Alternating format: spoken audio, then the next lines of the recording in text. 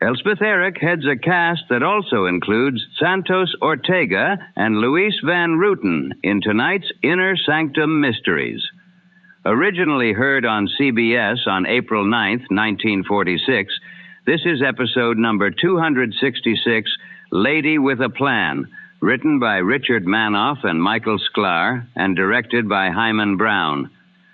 The setting is a prison where a warden's unhappy wife becomes involved with an inmate in an arrangement meant to change her life.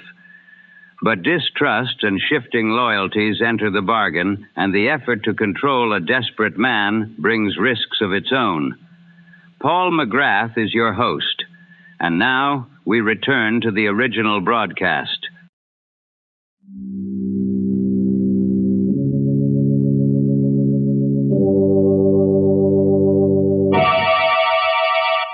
Inner Sanctum Mysteries.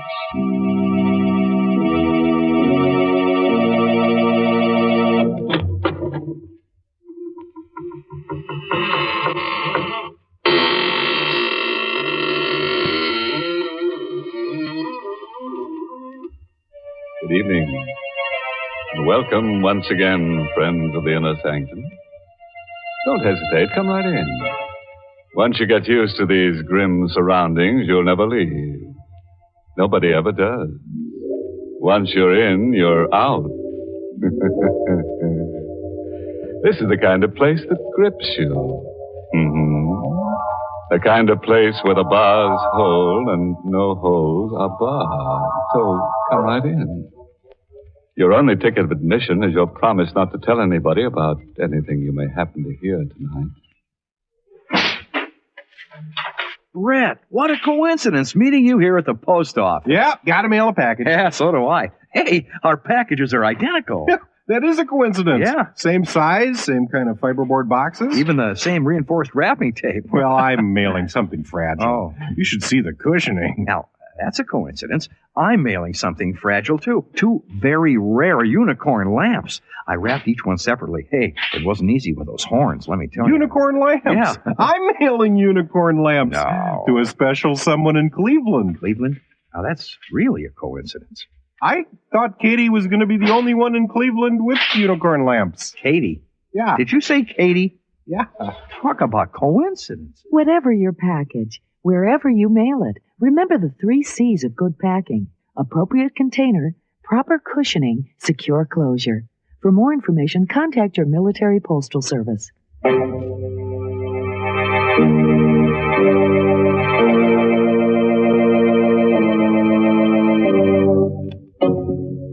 And now for tonight's tale, Lady with a Plan, written especially for Inner Sanctum by Michael Sklar and Richard Manoff, and starring Elspeth Eric.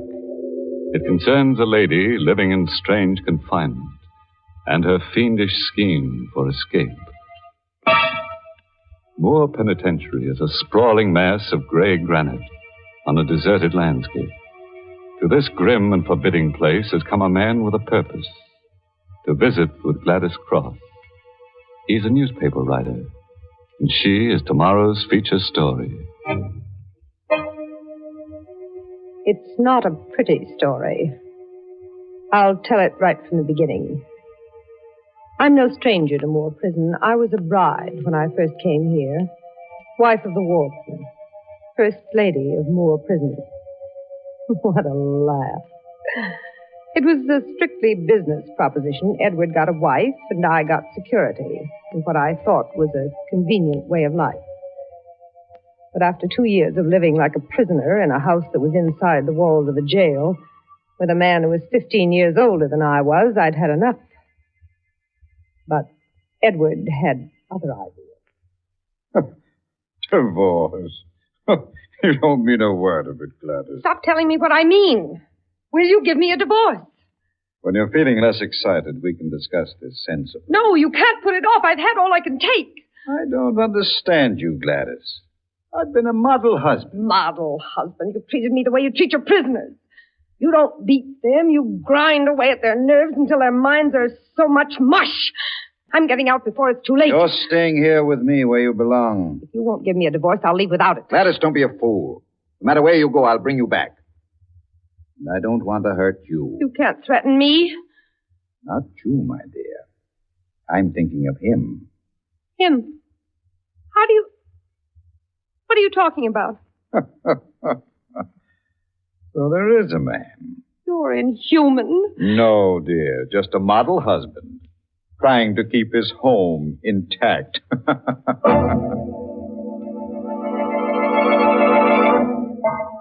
There was another man. Stephen Bromley and I are in love.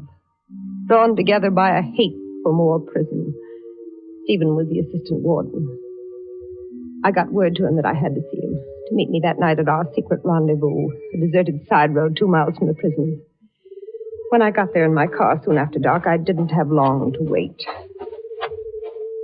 Stephen? Yes, Gladys. I came as fast as I could. Here, get in the car so we can talk. Something is wrong. I spoke to Edward this afternoon. He refused the divorce, and he threatened me if I left. He suspects there's someone else. What? He doesn't suspect it's me. You, his assistant, he'd never suspect you. He will eventually. We've got to get away. But Edward threatened me. Edward. Look ahead, Gladys. You know what'll happen? You've seen it happen to the prisoners. You'll snap. Your nerves will give way. He'll break you. Stephen, stop it. You know there's no way out. There is. If your game. I know what you're thinking, but that's impossible. We could never get away with it. If we could, would you do it? Tell me how. Bucky Briggs. Briggs, the lifer? Uh-huh. You have him transferred to work in the laundry. Assigned to handle your stuff when you bring it down. What are you getting at? Bucky hates the warden worse than you do. Given half the chance, he'd strangle him in a second. Now talk to him. Begin to feel sorry for him. Let him think you want to help him make a break. Then what? Then all we've got to do is give him the chance to use his hands on Edward. For 2 hours we talked. By the time we parted, our plan had been worked out in detail. It was a plan for murder. Murder with clean hands. The next morning, I took my soiled linens and drove across the prison yard to the laundry. Bucky Briggs came out to the car. He didn't even look up at me. Where is it? In the back of the car. Here, let me open the door for you. I've heard quite a bit about you, Briggs. You want to take your fresh stuff home? But I don't really believe what they say. Look, lady, the warden needles me enough. I don't have to take it from you, too, see? Well, I don't know what you mean. You want your fresh laundry, don't you? In a minute. I just want you to know that I'm interested in your case. So's your husband. I'll get your laundry now. All right, Bucky. The seed was planted. All it needed was time. I began to plan the visits to the laundry in advance. The remarks I would use. Dropped intimately and at close quarters out of the earshot of others. And after a month, it came like the fulfillment to a patient prayer. I was at the laundry waiting for Bucky to bring my clean stuff to the car. He came out, stepped into the car, took a quick glance around, and suddenly slipped close to me. It's up to you, baby. Get me out of here, and then it'll be you and me all the way. Deal? I've got it all figured out, Bucky. You don't waste time, beautiful. Give me the dope. Tomorrow, when I come back. Be ready. Check. I'll get word to some friends to pick me up on the outside. Just one more thing. My husband. It'll be a pleasure, baby.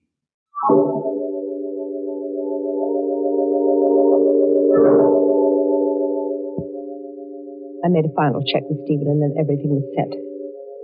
I was sitting in the car the next day when Bucky came out. I reached over the front seat and opened the rear door for him. Get in, Bucky. Stay down. Spot me. It's been fixed. The guard's busy on the other side. Where are we going? To the house. What about the warden? He's in town today. Stop asking so many questions. Okay, baby, this is your show. Just make it good.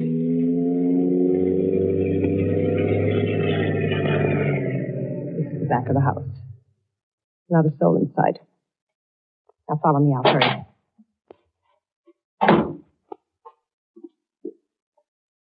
That's the cellar door. Open it, Bucky. Right. Now, down the steps. Now what? The coal bin. Hide in there. You may have a long wait. I got patience, baby. I've been waiting 2 years for this. When it's clear, I'll call you. 3 bangs on the steam pipe. I get you. That's when I take over. Our room is directly overhead on the 2nd floor. Check. All right, Bucky. Get in the bin. Hold on, baby. It's no way to say goodbye. What? I like them personal. Like this. No, not now, Bucky. No.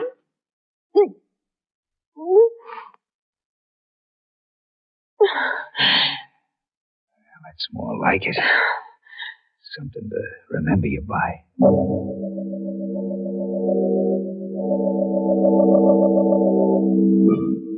Edward returned an hour later. I was puttering around the dinner table, too jittery to sit and wait for the commotion to break. And then, quicker than I expected, it happened. Siren. That must mean a break. I know they can't get away with a break here. Hello. What the devil's happened?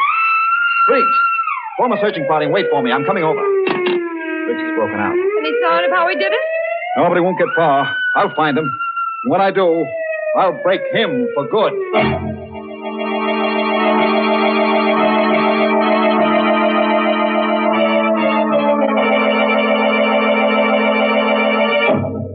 Attaboy, Warden. You show him. But instead of listening to that alarm, you should have paid more attention to that wife of yours. Because that siren is cooking up something that'll be a real scream.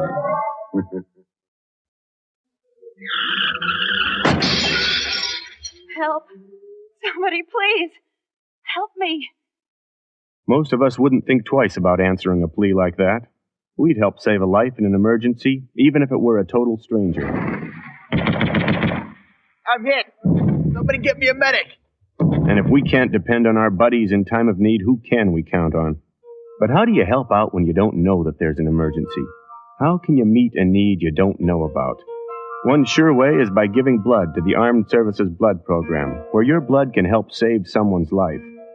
That's because the Armed Services Blood Program is the primary source of blood for military hospitals. And they need regular donations from us and our families. So contact your blood bank or the lab at your medical treatment facility. Be a lifesaver through the Armed Services Blood Program. And remember, their supply is our supply. The Roberts. They gave us a toaster. Joanne and Ed. Toaster? Mrs. Perez. Toaster. When you're looking for the perfect gift for any occasion, don't forget about U.S. savings bonds. A bond is the gift that keeps giving because it pays competitive rates when held for at least 5 years and will continue to earn interest for up to 30 years. Bill and Martha. Toaster. Oh, your Aunt Libby. A hot toaster oven. Ooh, the Phillips. Toaster. U.S. savings bonds, because unlike many gifts, you can never have too many bonds. Contact your finance office for more information.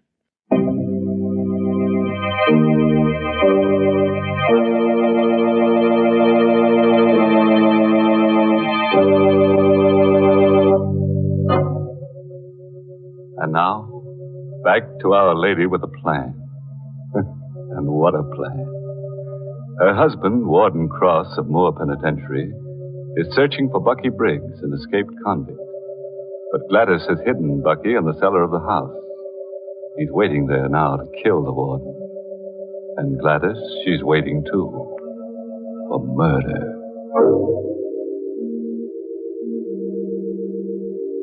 I went up to bed after Edward left and lay there tense. The sirens had stopped. For hours, there was dead quiet everywhere. Then, close to midnight, I heard the door open downstairs. It was Edward. I could tell from his footsteps that he was tired and defeated. I lay perfectly still, waiting for him to come in. Gladys, Yes? still up? Yes? Got away. Incredible. Got away. No one knows how. I didn't answer. He was a different person, harried, shaken. I watched him as he undressed. He looked suddenly older than ever, and I felt a sickening revulsion at the dejected spectacle he had become. I lay perfectly still as he slipped into bed. He fell off to sleep.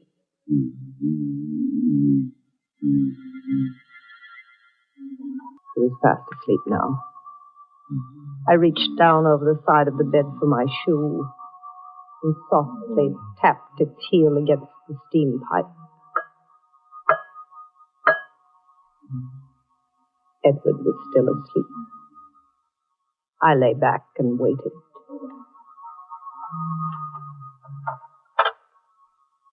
Slowly.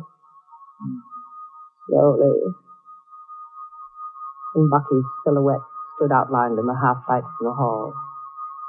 He moved quietly into the room right past me.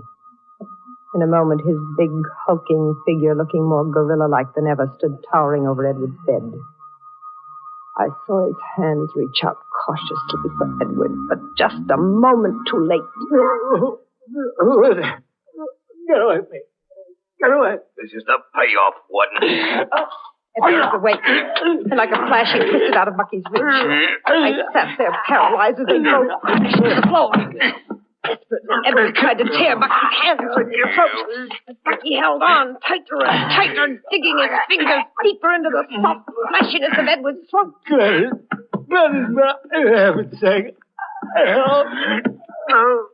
I didn't move. I didn't speak. And he understood.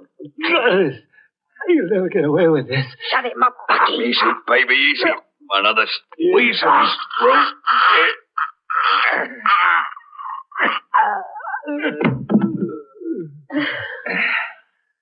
There.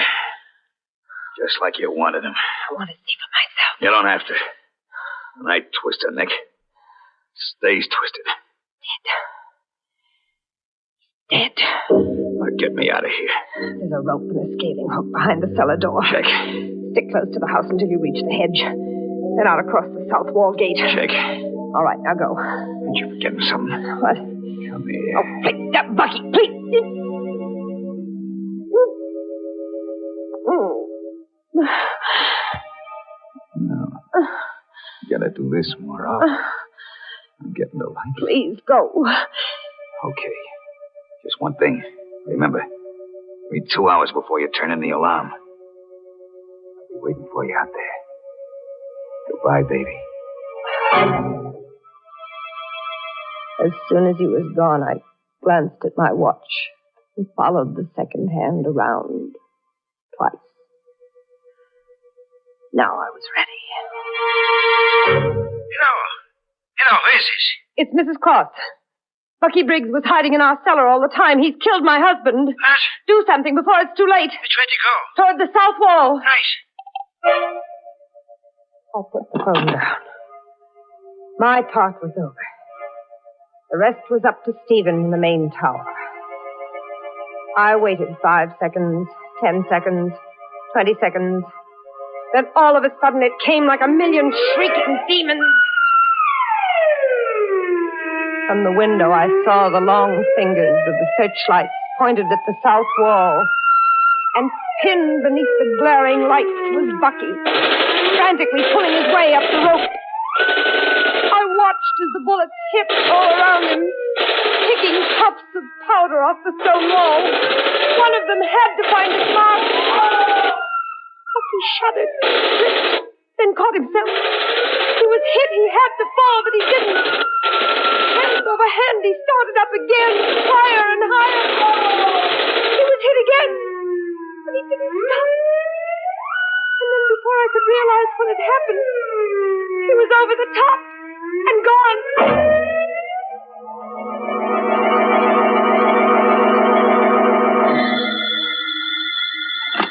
Hello? Mrs. Cross? You found him on the outside? No, not to trace him. Bucky got away. But how? He was hit twice. That's right. The car must have picked him up. But we'll get him. Unless those bullets kill him first. He's got to die. He can't live. He mustn't live. Don't worry, Mrs. Cross. We'll find him. Dead or alive. I hung up. Dazed. Now Bucky was out there, waiting for me. A light. A machine gun. He knew now that I'd double-crossed him. And he was waiting out there to kill me. The next week was a nightmare. Edward's funeral, the messages of condolence. No chance to see Stephen alone. And then one night a week later, he came to me. Nervous, worried. You messed it up, Gladys. No trace of Briggs, which means he's alive and out there. That's not so safe for you. But we're safe here. Of course, Gladys. We just happen to be leaving here. Oh, no, Stephen, I'm not going. That's impossible. The new warden's arriving next Tuesday morning. Oh, I hadn't thought of that. Gladys, even if you could stay on, I'd argue against it. But what about Briggs? It's a big world out there, remember? We'll get lost in it, you and I. So lost that no one will ever find us. Not even Briggs. Say you'll go. Well, I have no choice, I suppose. Good girl. Now listen, I've got it all figured out. Our resignation is in, takes effect next Tuesday night. Tuesday morning, you take the train to New York and head straight for the Hotel Empress. Don't budge out of your room. I'll be along in the evening, okay? You're not listening. I was thinking of something. What? Something Edward said when he died. Hmm? You'll never get away with this.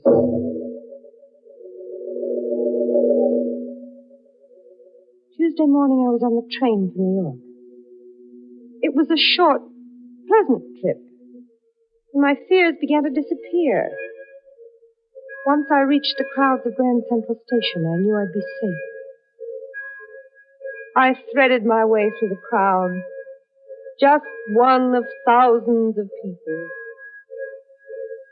And suddenly there was a hand on my shoulder. Hello, baby. Bucky. What are you doing here? How did you find me? I've been waiting for you, baby. Like I said. I got friends back there. Grapevine tipped me off when you was leaving, and here I am. But I... The bullets, it's like nothing. Takes a lot to stop me. Come on, let's get out of here before some fool spots me. No, wait, Bucky. Just give me a minute. I've got to call my hotel to hold my room for me. Can't it wait? Well, if I don't call, they'll cancel it. Okay, but only a minute. Make your call over there so I can keep my eye on you, sweetheart. I don't want to lose you. Bucky had nodded toward a drugstore. It was a slim chance, but it was better than I'd expected. I entered the store, made a quick dash for the other door. I flung it open and raced madly toward the taxi stand. Over my shoulder, I caught a glimpse of Bucky. He'd seen me. Hey, wait a minute! I ran to the cab and jumped in. Hotel Empress in a hurry, and lose that cab behind us.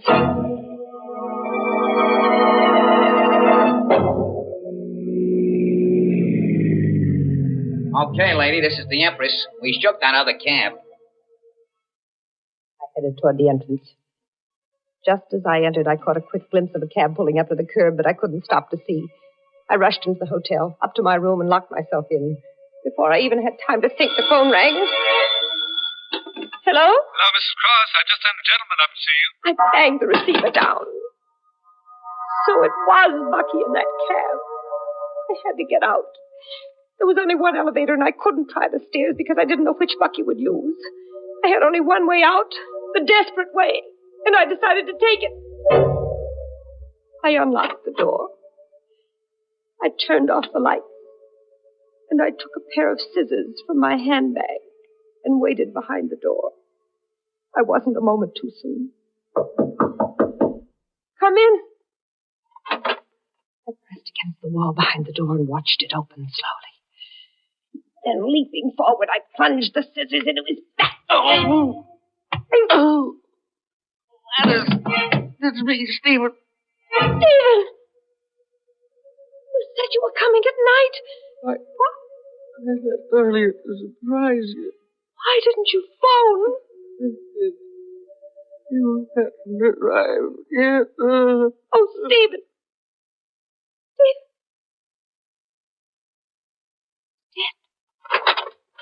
Hello, baby. Bucky! Surprised to see me, huh?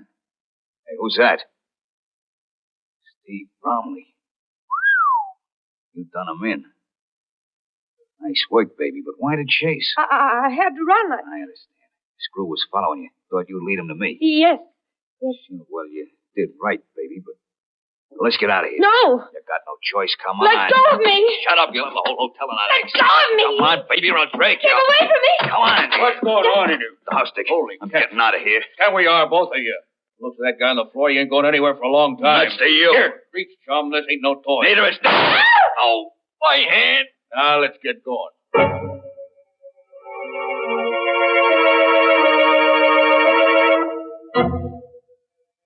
There isn't much more to tell. You were at the trial, you know the rest. I'm back at Moore Prison for good. As a real prisoner this time. And Bucky, he's got a few hours before they take him to the chair.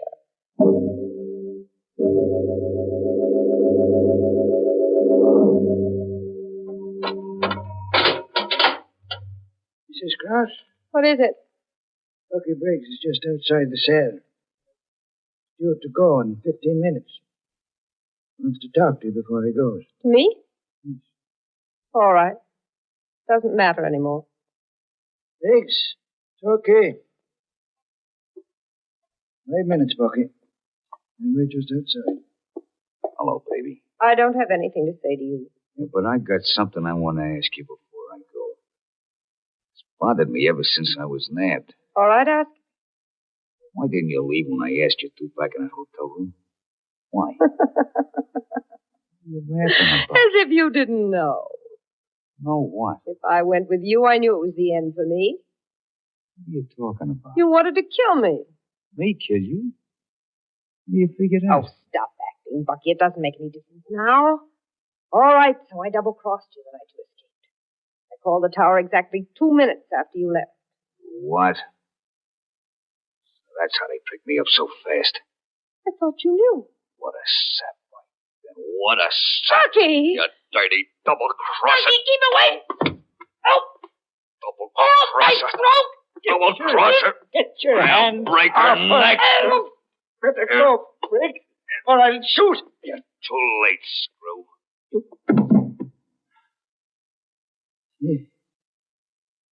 She's dead. Broke her neck. It don't make no difference now. Can't kill me twice.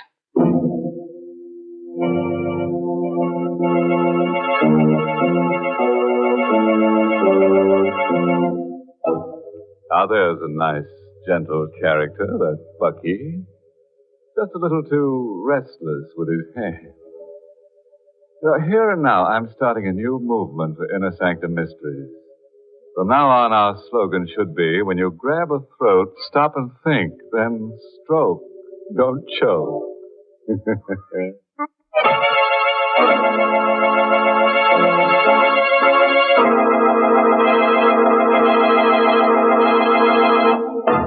Before we say goodnight, friends, here's an epitaph for the tombstone of Gladys Cross.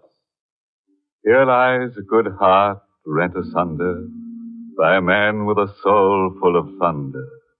Her sweetheart named Stephen tried to help her get even. Now they all live in peace 6 feet under. Oh, by the way, this month's Inner Sanctum Mystery novel is I Hate Blondes. Good night. Pleasant dreams.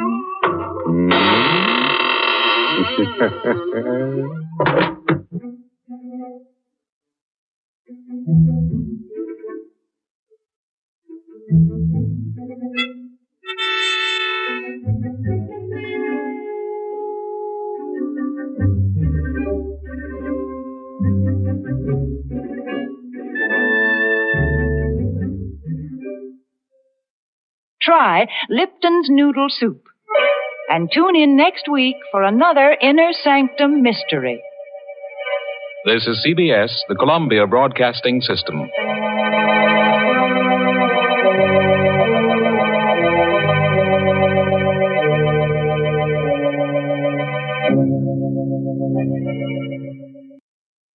Inner Sanctum Mysteries closes with Lady with a Plan. Good night until we meet again at the door of suspense.